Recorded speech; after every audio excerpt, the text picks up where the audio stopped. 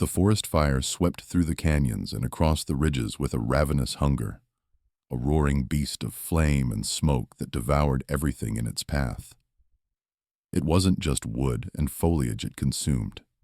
It took with it an entire ecosystem, years of life, and in its wake, left a silence far more terrifying than its initial conflagration.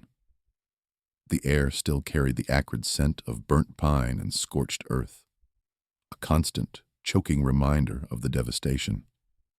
Yet, through that charred landscape, something else had emerged, an inexplicable discovery that would shatter everything John thought he knew about the wild heart of America. John, a man whose skin was as weathered as the ancient oaks he revered, lived deep within this very wilderness, far from the hurried clamor of civilization. He was a former park ranger, his service years behind him, but the wilderness had never truly left his soul. It was his sanctuary, his church, his very breath. His cabin, a testament to his self-reliance, was nestled among towering ponderosas, fed by a spring-fed creek, powered by the sun, a ghost in the vast expanse of the national forest. He knew these woods like the back of his calloused hand.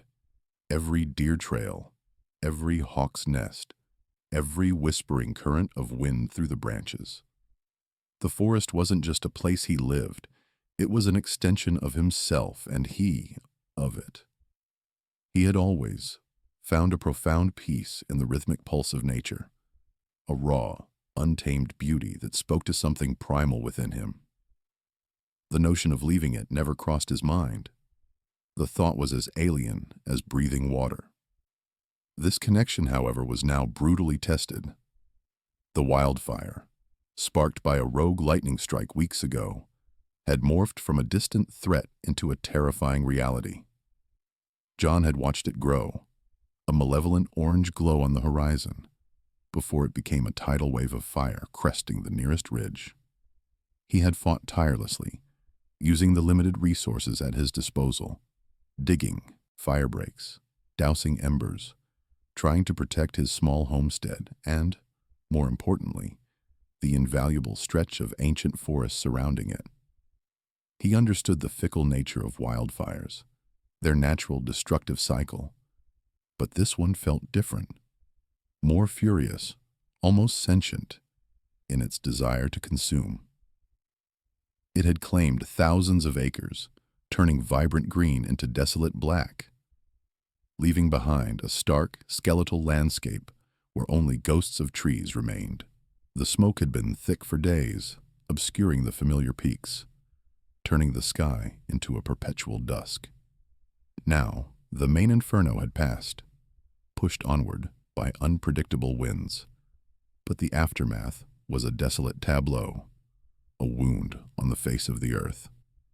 He walked through the remnants of what was once a dense thicket, the ground still warm under his heavy boots, ash puffing up with every step. The silence was unnerving, broken only by the distant caw of a raven, a scavenger already at work. This wasn't the silence of peace, but the heavy, suffocating quiet of absence, of loss. His heart ached for the displaced wildlife, for the millennia-old trees reduced to charcoal pillars. He'd seen plenty of fires in his ranger days, but never one so close, so intimately destructive to his own cherished domain. It rattled his deep-seated understanding of the wilderness, challenging his belief in its enduring resilience. This was more than just a fire. It felt like an eviction notice, a forced confrontation with nature's raw, unbridled power, a power that he, despite all his knowledge and respect, was helpless to control or truly comprehend. The familiar, comforting scent of pine needles was replaced by the stench of desolation, the vibrant chorus of birdsong by an eerie, echoing quiet. This wasn't just a physical change. It was a spiritual scar etched deeply into the land he called home. He knew the forest would heal, eventually, but the path to recovery would be long and arduous, And for him, personally, something fundamental had shifted. The forest, once his steadfast companion, had shown him a terrifying new face, one that hinted at secrets far deeper and more unsettling than he had ever imagined. This story, however, is just beginning. What John found in the charred heart of that devastating fire would change his life forever, pulling him into a world of hidden truths and extraordinary dilemmas. If you are as captivated by the mysteries lurking in the shadows of our world as I am, make sure you hit that subscribe button and join our journey. There are more untold tales and unbelievable encounters waiting to be uncovered. This is just the first flicker of a much larger flame. The acrid scent of char and damp earth still clung to the air, a constant sickening reminder of the devastation. John moved through the skeletal remains of what was once a vibrant canopy, each step crunching on ash and brittle twigs. His heart ached for the towering pines, the dense undergrowth, the hidden life that had thrived here for centuries. He was cataloging the damage, a somber ritual he'd performed countless times in his ranger days, but this time, it felt different, more personal. The fire had ripped through the forest with a savage hunger he hadn't witnessed in decades. He navigated a particularly devastated section, where the heat had been most intense, charring ancient oaks to hollow husks. It was there, partially obscured by a fallen, still smoldering log, that he first saw it. A colossal form, undeniably ape-like, lay slumped against the blackened earth. His breath hitched. It was massive, far larger than any bear he'd ever encountered, with thick, dark hair matted with soot and what looked like dried blood. A low, guttural groan escaped its throat, a sound of profound pain and exhaustion that sent a shiver down John's spine. Not of fear, but of an unsettling recognition. He knew, with a certainty that defied logic and reason, that this was no ordinary creature. This was a Sasquatch. His mind reeled, a torrent of conflicting thoughts and emotions crashing through him. Respect for wildlife, a creed he lived by, wrestled violently with the sheer, unbelievable reality of the discovery. Sasquatch, Bigfoot. The whispered legends, the blurry photographs, the tantalizing footprints he dismissed as elaborate hoaxes or misidentifications during his long career now lay bleeding and vulnerable before him. What did one do in such a situation? Report it? That would unleash a media circus, a scientific frenzy, and likely a relentless hunt that would strip the last vestiges of dignity from this magnificent, mythical being. Protect it. That meant risking everything. His solitary existence, his freedom, perhaps even his sanity. But the creature's suffering was palpable. One massive arm was twisted at an unnatural angle, and a deep, raw burn scarred its flank. Its breath was shallow, ragged. He saw the flicker of intelligence, or at least a profound awareness, in its deep-set eyes, as they slowly, painfully opened and met his own. There was no aggression, only a profound weariness, a desperate plea for something he couldn't quite articulate. John, the hardened, cynical ex-ranger, felt an almost paternal instinct surge within him. He couldn't leave it to die. Not here, not now, after surviving the inferno. He moved cautiously, each step deliberate, his old leather boots whispering against the ash. He kept his hands visible, palms open, a gesture of peace he'd used with countless wild animals over the years. The Sasquatch watched him, its head barely lifting, but its gaze never leaving his face. John reached into his worn backpack, pulling out his canteen. "Easy now," he murmured, his voice surprisingly steady despite the tremor in his hands. "Just water. You need water." He knelt, slowly extending the canteen. The creature's nostrils flared, sniffing the air, its large hand twitching, an almost human hesitation. Then, with an agonizing effort, it stretched its neck, its lips brushing the metal spout, and drank. The sound of its gulps was loud in the silent, burnt-out world.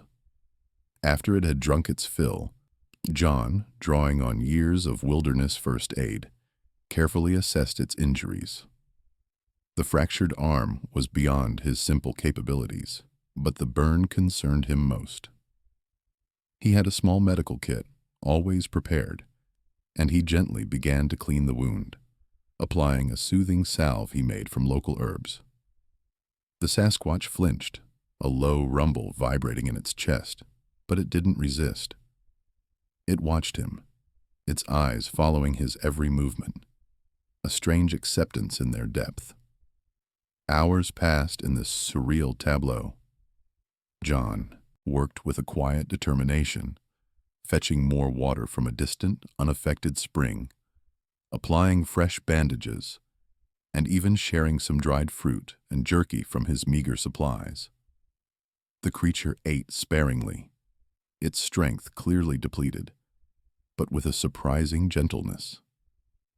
As dusk painted the sky in bruised purples and oranges, a stark contrast to the blackened landscape, a fragile, unspoken understanding began to form between them. John, the solitary guardian of the forest, had found an unlikely, monumental charge. He knew, with a dawning terror and a fierce resolve, that his life had irrevocably changed. He had to protect this creature, no matter the cost, no matter the disbelief. The forest, in its utter destruction, had revealed its most profound secret to him, and he was now its reluctant, devoted keeper. The challenge of moving such a large, injured being, and then concealing it from an inevitably curious world, loomed before him, an insurmountable mountain of impossibility. Yet surrender was not an option. He felt a primal tug, a deep-seated commitment to this extraordinary, vulnerable life. The massive creature, which John now instinctively called Bigfoot in his mind, struggled to move. Its injured leg, though superficially treated, bore the weight of its immense body with agonizing difficulty. Each lumbering step left deeper, more distinct impressions in the soft earth, a stark contrast to the light, almost ethereal prints it might have left before its injury. The subtle snaps of branches underfoot, the occasional low grunts of pain echoing through the scorched silence, were all undeniable traces. John, a man whose life had been dedicated to observing the forest's delicate balance, understood one thing with chilling certainty. These traces would not go unnoticed by trained eyes. The fire, a devastating force, had also created an unnaturally barren landscape, exposing secrets that the dense canopy once guarded fiercely. He scanned the horizon, the air still thick with the acrid smell of burnt timber. The sky, a hazy gray. The wildfire had been colossal, drawing national attention and resources. He knew it was only a matter of time before government agents, tasked with assessing the environmental damage, investigating potential arson, or simply mapping the devastation, would begin their patrols. They wouldn't be looking for a mythical creature, of course, but anything out of the ordinary in this raw, exposed wilderness would raise questions. A massive, limping bipedal ape would certainly qualify. His heart pounded a frantic rhythm against his ribs. The Bigfoot, sensing his anxiety, let out a low, questioning rumble.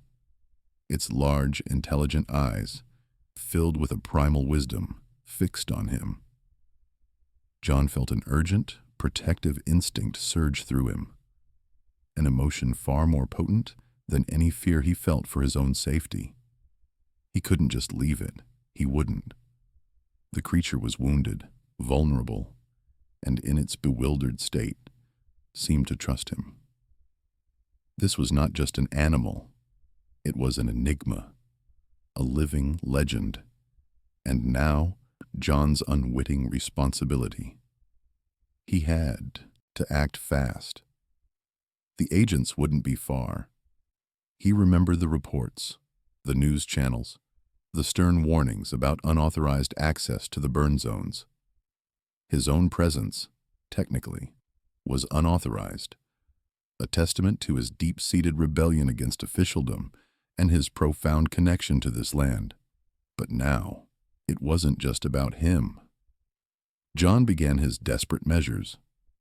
He led the Bigfoot deeper into a less burned section of the forest, a small valley he knew well, spared by a miraculous shift in wind. The ground here was still carpeted with pine needles and moss, providing better cover and softer footing.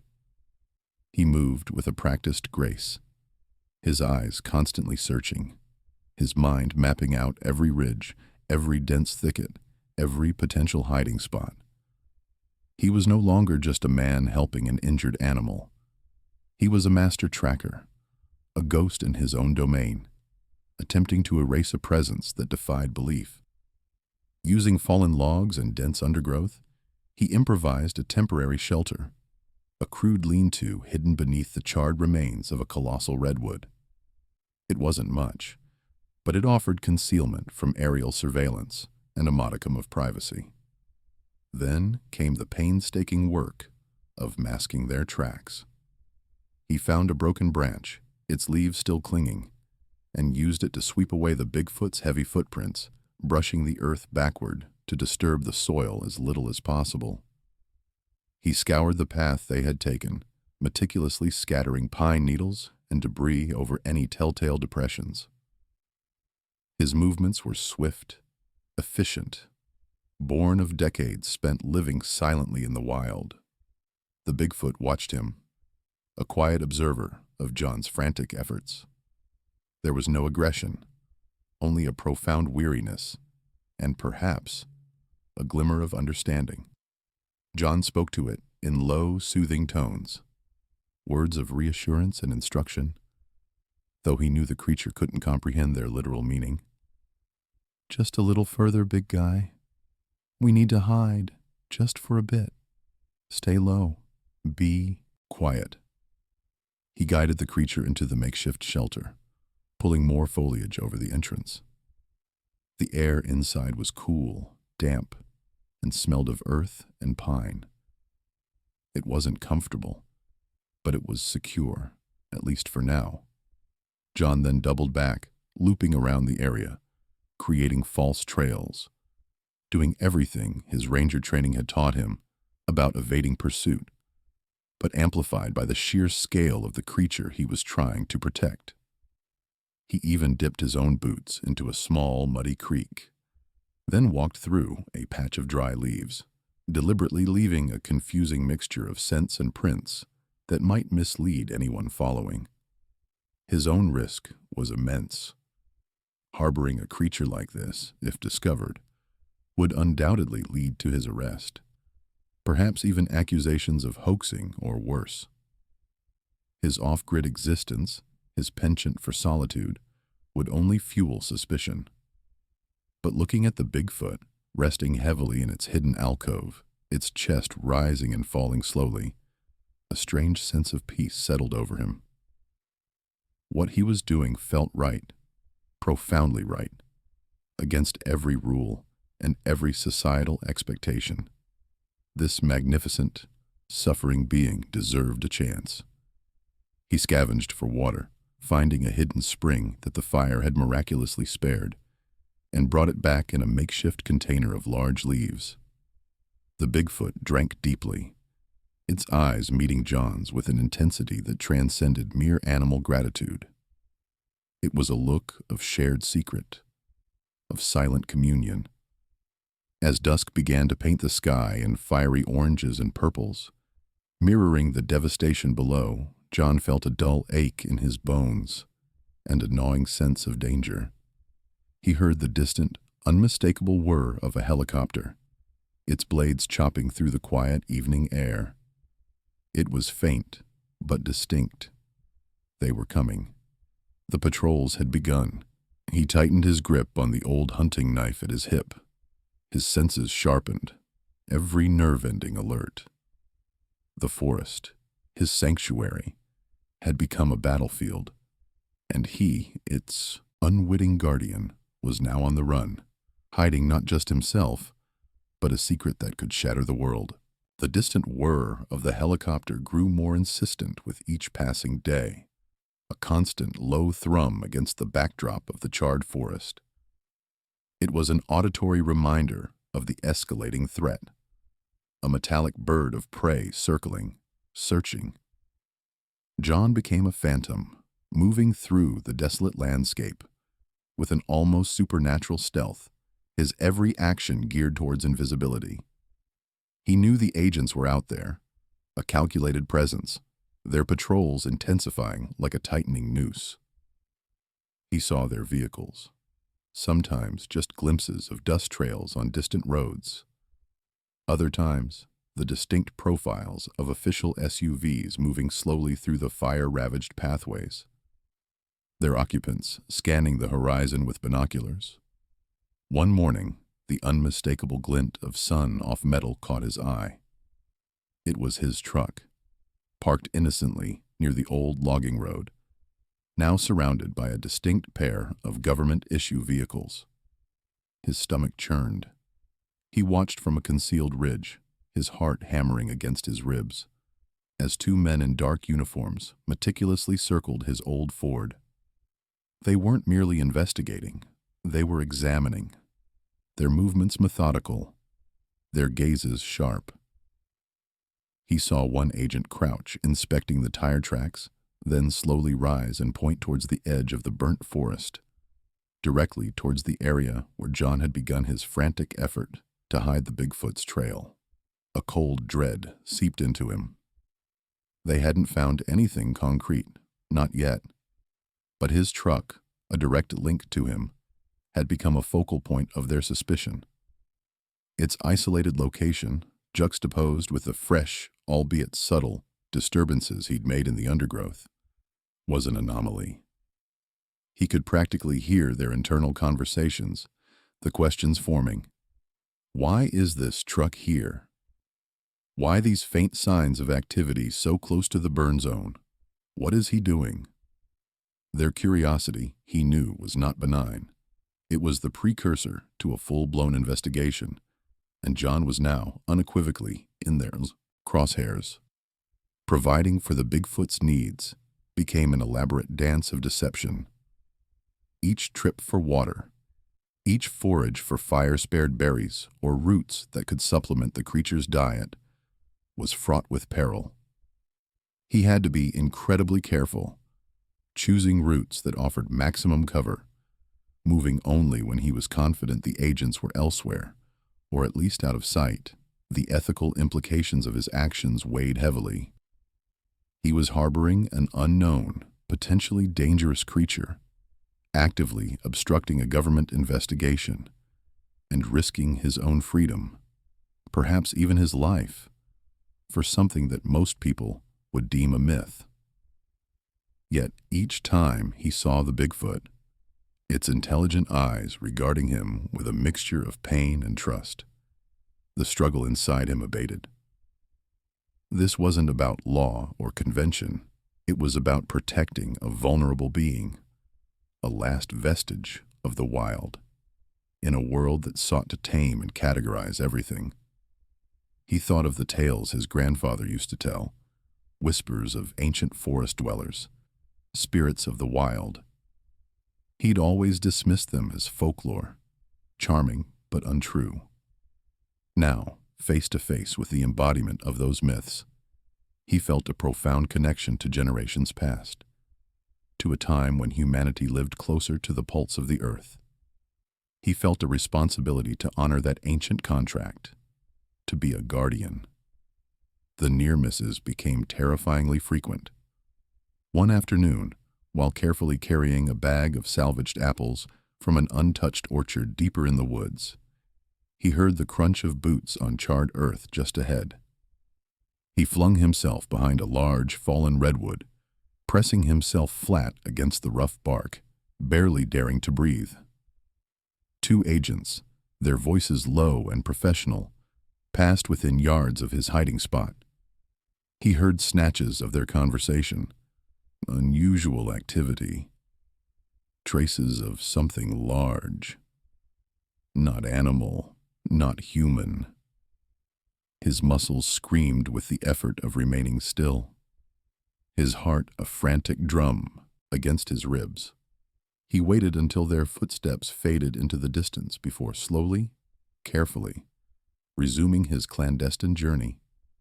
Another time, while tending to the Bigfoot, cleaning its wounds with distilled water and applying a poultice of crushed leaves he knew had antiseptic properties, the creature suddenly tensed. Its massive head lifted, its nostrils flaring. A low rumble emanated from its chest.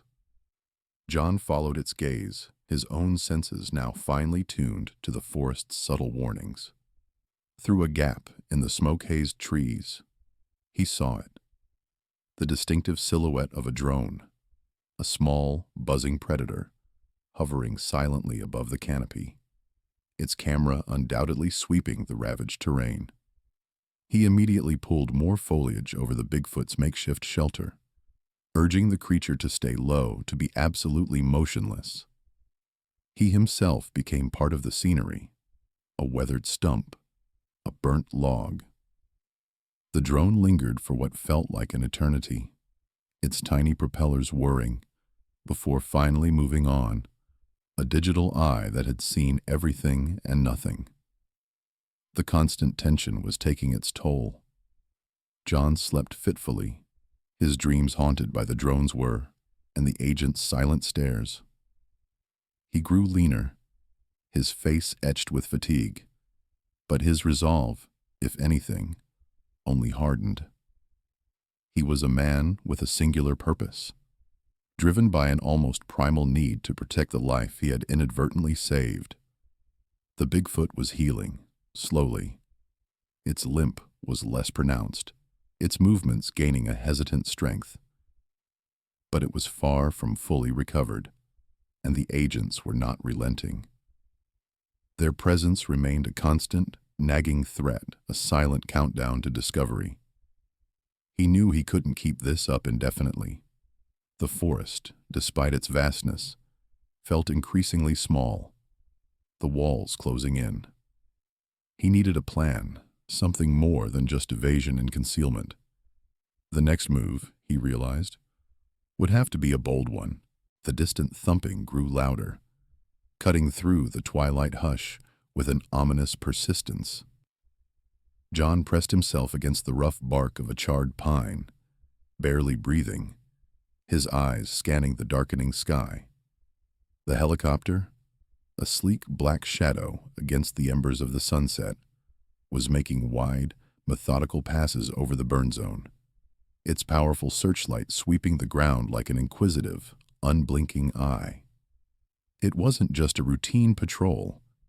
This was an active search, a finely tuned grid pattern that bespoke a deliberate, focused effort. They weren't looking for stray embers anymore. They were looking for something specific, or perhaps for someone.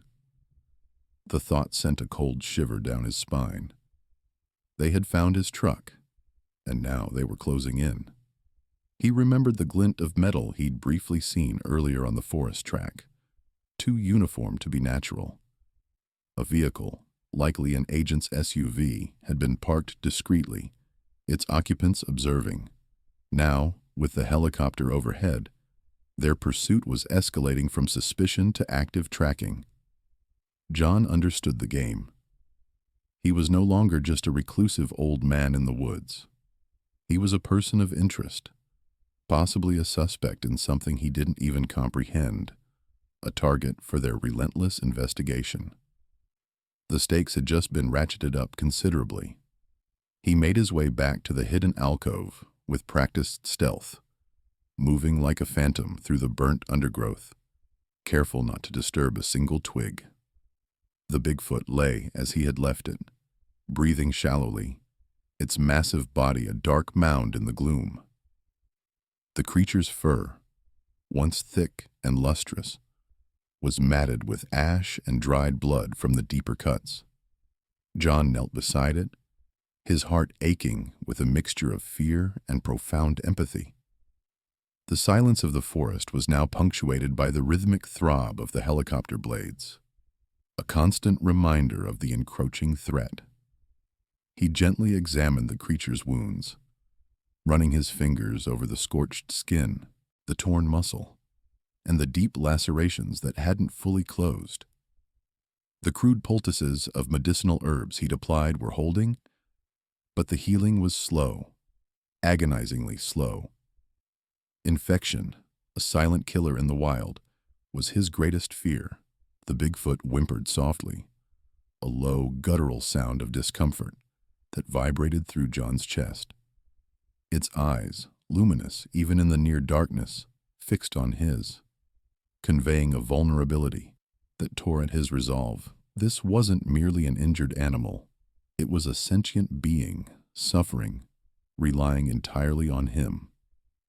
His resources were dwindling. The emergency cache of supplies he kept in his remote cabin, usually sufficient for months, was being depleted at an alarming rate. He had enough food for himself and a generous portion for the Bigfoot, but the specialized medical supplies needed for such extensive injuries were non-existent. He'd brought a small first aid kit from his truck, now likely under constant surveillance, but it held little more than bandages and antiseptic wipes. What he truly needed was proper antibiotics, stronger pain relief, and nutrient-rich sustenance to aid recovery. Each trip back to his cabin, now miles away and undoubtedly watched, became an impossible gamble. The isolation, once his chosen refuge, was now a suffocating weight. He had no one to turn to, no one to confide in, no one to share the impossible burden of his secret. Every decision, every risk, rested solely on his shoulders. He was a solitary figure against the combined resources of a government agency. The thought was daunting, almost paralyzing. He spent the rest of the night keeping vigil, listening to the forest, to the distant helicopter, and to the labored breathing of the injured giant beside him. He rationed his last few energy bars, chewing slowly, the metallic taste of fear mingling with the artificial sweetness. He knew he had to move the Bigfoot again, deeper into the untouched parts of the forest, away from the burn zone, away from the increasingly persistent agents. But each movement was a risk, each step a potential discovery. The creature was too large, too weak to move quickly or silently. As the first sliver of dawn painted the eastern sky, John heard the unmistakable crunch of boots on dry leaves, closer this time and entirely too deliberate. It wasn't the clumsy, random steps of a deer or an errant squirrel. These were human, trained, and methodical. He froze, his hand instinctively going to the hunting knife. He heard hushed voices, barely audible over the growing daylight chorus of birds. They were speaking in low tones, using clipped, official jargon he couldn't quite decipher, but the intent was clear. They were sweeping the area.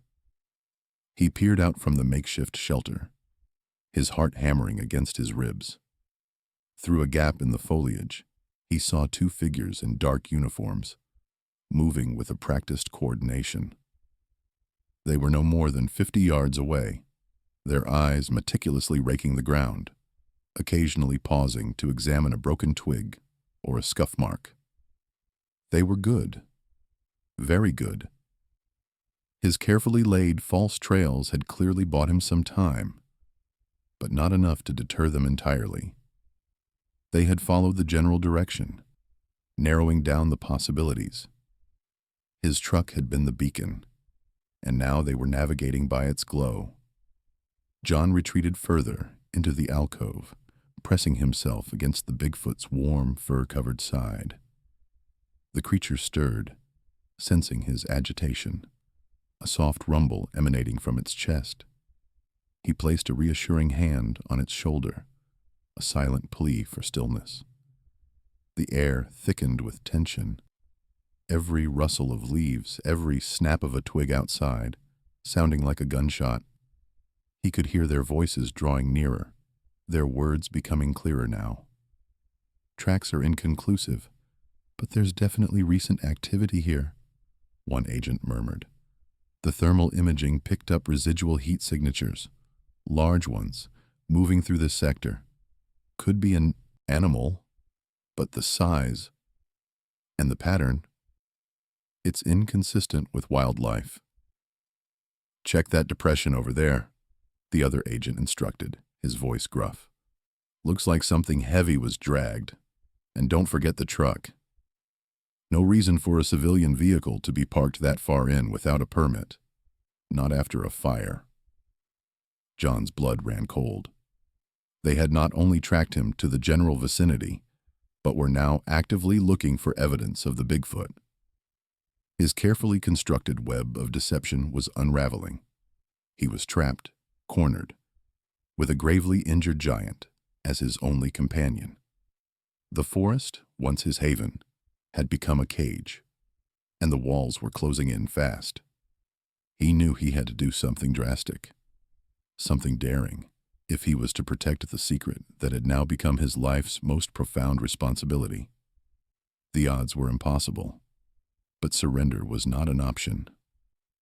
Not while the Bigfoot, his silent companion, still drew breath.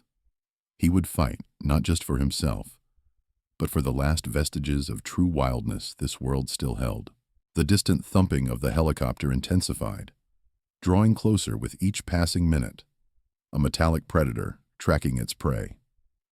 John pressed himself against the rough bark of a charred pine, the scent of smoke still clinging to the needles, his breath held tight in his chest.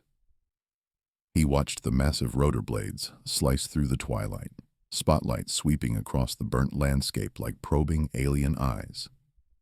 The agents weren't just patrolling anymore. They were searching, and with a precision that turned his stomach. He knew, with a cold certainty, that they were looking for more than just fire damage. His truck, parked conspicuously near the edge of the fire line, would have given them a focal point, a reason to dig deeper. He felt the tremors in the earth even before he saw them. A squad of agents, uniformed and heavily armed, moving through the undergrowth with grim purpose. They moved in a line, methodical, covering every inch of the scarred terrain. They were close, too close, to the hidden alcove where the Bigfoot rested. John's heart hammered a frantic rhythm against his ribs. He had to act, and he had to act now. He risked a glance towards the makeshift shelter.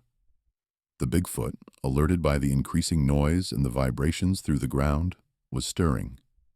Its large, dark eyes, reflecting the last vestiges of daylight, held a flicker of fear, or perhaps confusion. He met its gaze, a silent communication passing between them. "Stay calm. Follow my lead." With a surge of adrenaline, John broke cover, not towards the Bigfoot, but away from it, purposefully crashing through a thicket of burnt bushes, making just enough noise to draw attention without giving away his true location. He heard shouts, the crunch of boots changing direction, the sharp click of safeties being disengaged. "There! Over there!" a voice boomed. It worked. The agents veered, drawn by the sound. Their focus momentarily shifted from the deeper woods that concealed the creature. John ran, weaving through the desolate trees, using his intimate knowledge of the terrain to create illusions of movement, leading them on a wild goose chase. He was fast, agile, a ghost in his own forest. But he knew this couldn't last. They would eventually realize they were being strung along, or worse, they would split up. He needed to buy the Bigfoot more time to lead it away from this immediate threat. He circled back, using a dried creek bed to mask his own return path, and approached the hidden alcove from the rear. The Bigfoot was already on its feet, its massive form hunched, ready to move. The fear in its eyes had been replaced by a primal readiness, a warrior's stance. "Come on," John whispered, extending a hand, not to touch but to guide. "We have to go now." The creature understood. It moved with surprising grace for its size, a silent, powerful shadow melting into the deeper, less scorched parts of the forest, following John's lead. They moved further inland, towards the towering ancient peaks where the fire hadn't dared to reach, where the canopy was still thick and offered genuine concealment. The chase was on. John, with the Bigfoot trailing behind him, became a master of evasion. He led it over rocky outcrops, through narrow canyons, always keeping to the shadows, using fallen trees as natural bridges to avoid leaving clear tracks. The Bigfoot, despite its injured leg, kept pace, its instinct for survival overriding the pain. It was a testament to its incredible resilience. But the agents were relentless. They were professionals, and they had technology on their side. The whirring of drones became a constant menace, hovering above the tree line, their infrared cameras undoubtedly painting thermal images of the forest below. John knew they wouldn't be able to distinguish between a bear and a Bigfoot from that height, but any large heat signature would draw ground teams. He guided the creature towards a dense stand of old-growth conifers, their branches so interwoven they formed a natural, light-filtering ceiling. It was darker here, cooler, and the ground was softer, covered in a thick carpet of pine needles that muffled their footsteps. For a brief moment, they found respite, a chance to breathe. Then, from around a jagged rock face, a sudden shout. "There! I see movement!" John froze. They had been outmaneuvered, outflanked. An agent, camouflaged against the rocks, stepped out, rifle raised, pointing directly at John. Another appeared from the other side, blocking their escape route. John's heart plummeted. He was trapped.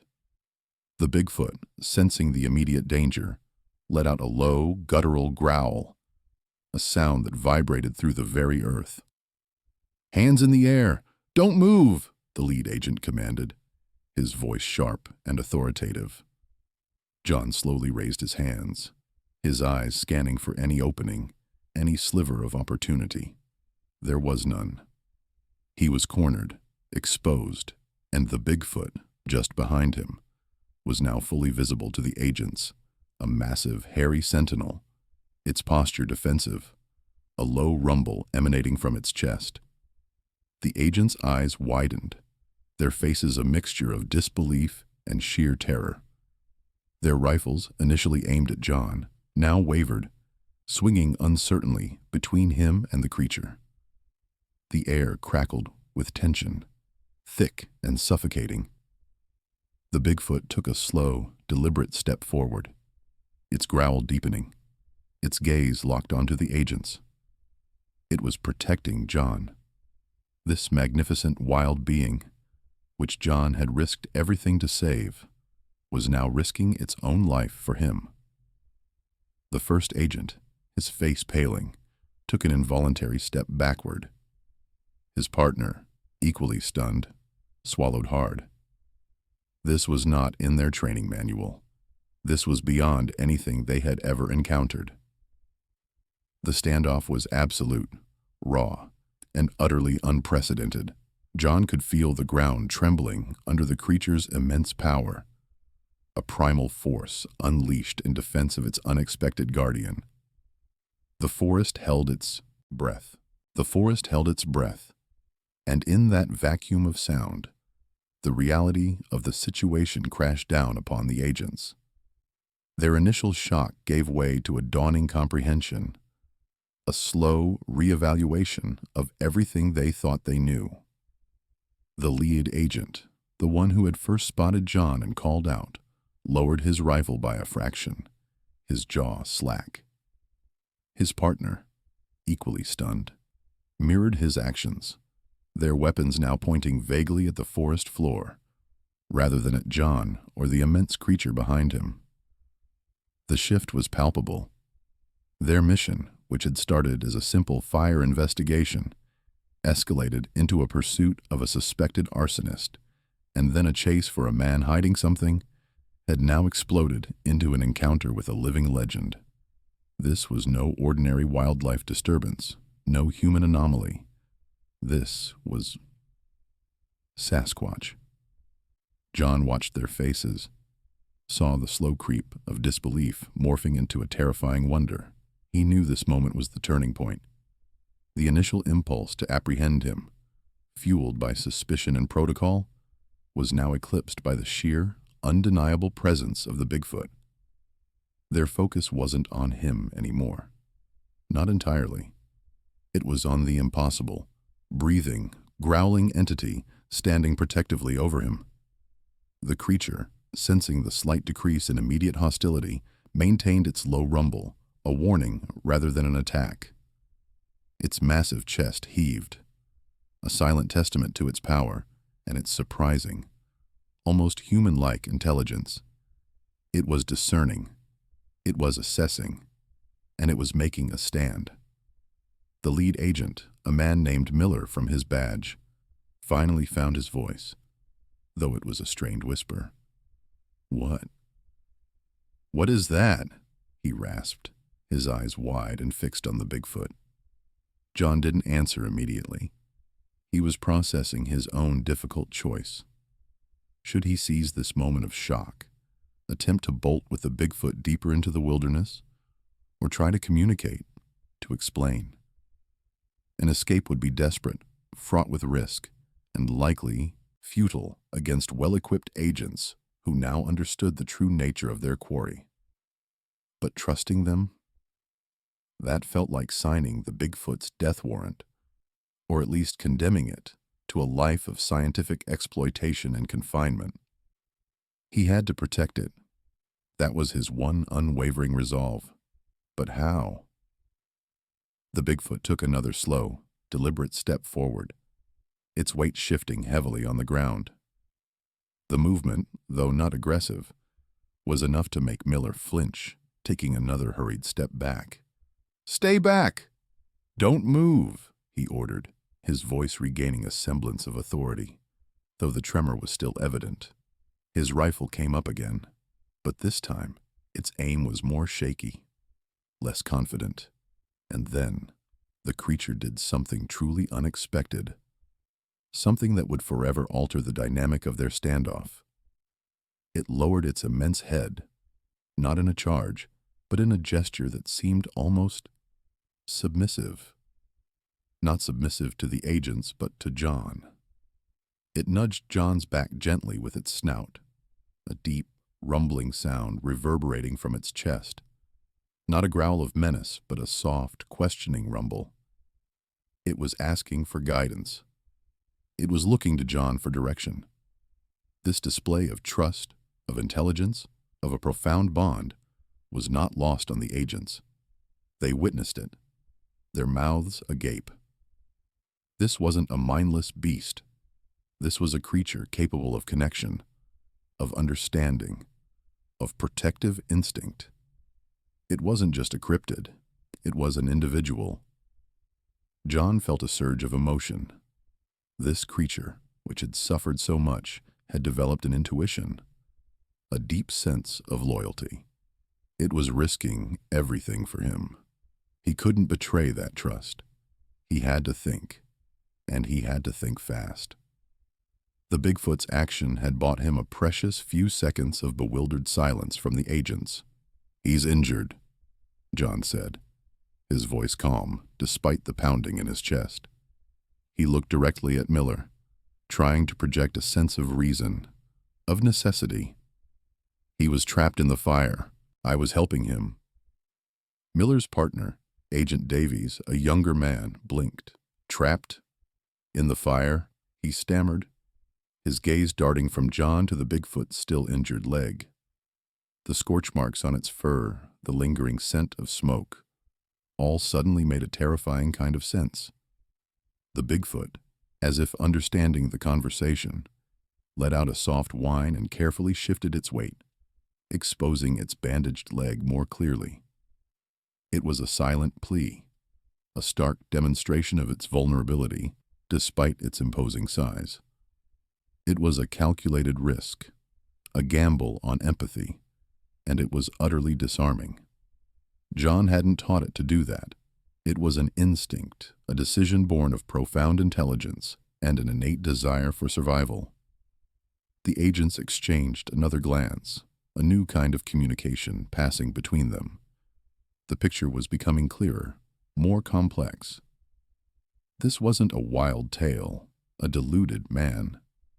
This was real, and the creature, far from being a monstrous threat, was a victim, being aided by a man who had put his own life and freedom on the line. The ethical lines blurred, the protocols shattered. Their mission shifted from capture to something far more profound. Understanding, yes, but also the ominous shadow of exploitation. John knew this was the moment. The creature had played its hand. Now, it was up to him to navigate the treacherous waters of human interaction, to protect this magnificent being from a world that would inevitably seek to dissect, to sensationalize, to control. He had to choose his next words carefully, for the fate of the Bigfoot, and perhaps his own, hung precariously in the balance. The forest waited, silent witness to this unprecedented encounter, this fragile turning point, the standoff, a tableau of disbelief and predatory instinct, held for what felt like an eternity. The agents, their expressions frozen somewhere between terror and awe, slowly lowered their weapons, not out of surrender, but out of sheer, overwhelming bewilderment. They were trained for human threats, for tactical maneuvers against known entities. This was neither. The creature's eyes, intelligent and ancient, held a fierce protectiveness that transcended any animalistic aggression, a loyalty that spoke volumes without a single sound. John, still with hands raised, watched the chief agent carefully, observing the subtle shift in his demeanor, the way his jaw had gone slack, the flicker of a dawning realization in his eyes. What is that?" the agent finally managed, his voice a strained whisper, barely audible above the forest's sudden quiet. John slowly lowered his hands, meeting the agent's incredulous gaze. "It's a Sasquatch," he stated simply, his voice calm, belying the adrenaline still coursing through his veins. "And it's injured. I've been trying to help it." The words hung in the air, audacious and unbelievable, yet undeniable given the colossal, breathing evidence standing just behind him. The other agents, equally stunned, exchanged uneasy glances. Their mission parameters, their entire worldview, had just been irrevocably shattered. The chief agent, a man named Miller, rubbed his temples, as if trying to clear his mind of some hallucination. He looked from the Bigfoot to John, then back again, his eyes finally settling on the creature's bandaged leg. The reality of the situation, however fantastical, began to sink in. "Injured? From the fire?" Miller asked, his voice now devoid of its earlier aggression, replaced by a cautious, almost scientific curiosity. John nodded, explaining concisely the creature's plight, how he found it, the burns, the trapped leg, his efforts to provide care. He spoke of the Bigfoot's intelligence, its surprising gentleness, despite its immense power, and the bond that had formed between them. He omitted nothing, knowing that transparency, however dangerous, was his only path now. He described the pain, the fear, the desperation that had driven his actions, the desperate lengths he had gone to conceal its existence from a world he knew wasn't ready. Miller listened, processing, his gaze frequently drifting back to the Sasquatch, which remained steadfastly at John's side, a silent, imposing guardian. The other agents, still maintaining a respectful distance, were equally captivated, their initial fear giving way to a profound sense of wonder. This wasn't a monster. It was a being, complex and real, and right before their eyes. After a long, tense silence, Miller finally spoke, his voice grave. "This changes everything, John. Everything." He swept his gaze across his team. "We have protocols for wildlife, for endangered species, even for unknown organisms. But nothing for this." John understood the magnitude of their predicament. The discovery of a Sasquatch would ignite a global frenzy, spark scientific debate, and undoubtedly lead to exploitation and danger for the creature. His one, non-negotiable condition was the Bigfoot's safety and freedom. "It needs to stay free," John stressed, his voice firm. "It belongs here, in this forest, away from everything." Miller considered this, his brow furrowed in deep thought. He pulled out a satellite phone, making a series of terse, coded calls to his superiors, his voice low, guarded. John couldn't hear the specifics, but he could imagine the stunned disbelief on the other end of the line. The conversation was lengthy, punctuated by long pauses where Miller seemed to be arguing, advocating, or simply trying to explain the inexplicable. When he finally ended the call, Miller looked at John, a strange mix of resignation and grim determination on his face. "We have an understanding," he said, choosing his words carefully. "My superiors understand the sensitivity of the situation. For now, this remains contained. You will provide us with detailed reports on its recovery, its health, its movements. In return, we will ensure this area is designated a protected zone, off limits to all but essential personnel, and its existence remains unconfirmed to the public." It wasn't a perfect solution, John knew, but it was far better than capture or public spectacle. It was a chance for the Sasquatch to heal, to live, to simply be. He felt a wave of profound relief wash over him, intertwined with a lingering sadness for the secret he would now have to share, however partially, with the outside world. Over the next few weeks, John worked closely with a small, trusted team of agents, now acting more as conservationists than enforcers. They established discreet monitoring stations, ensuring the creature's well-being while maintaining its wild dignity. John continued to tend to the Bigfoot, ensuring its leg healed completely. Its strength returned. Their bond deepened further, forged in the crucible of shared danger and mutual respect. He observed its habits, its interactions with the recovering forest, slowly piecing together a deeper understanding of this magnificent, elusive being. Eventually, the Sasquatch was strong enough to venture further afield, its gait sure, its powerful form blending seamlessly back into the renewed verdancy of the post-fire landscape. The day it finally disappeared, not as an escape, but as a confident return to its wild domain, John felt a pang of bittersweet loneliness. He knew it was for the best, that its freedom was paramount. Yet he missed its quiet, powerful presence. John remained in his cabin, a silent guardian of the forest's newest, oldest secret. He continued his solitary life, but it was no longer quite so solitary. The wilderness had opened its heart to him, revealing a mystery that had defied human understanding for centuries.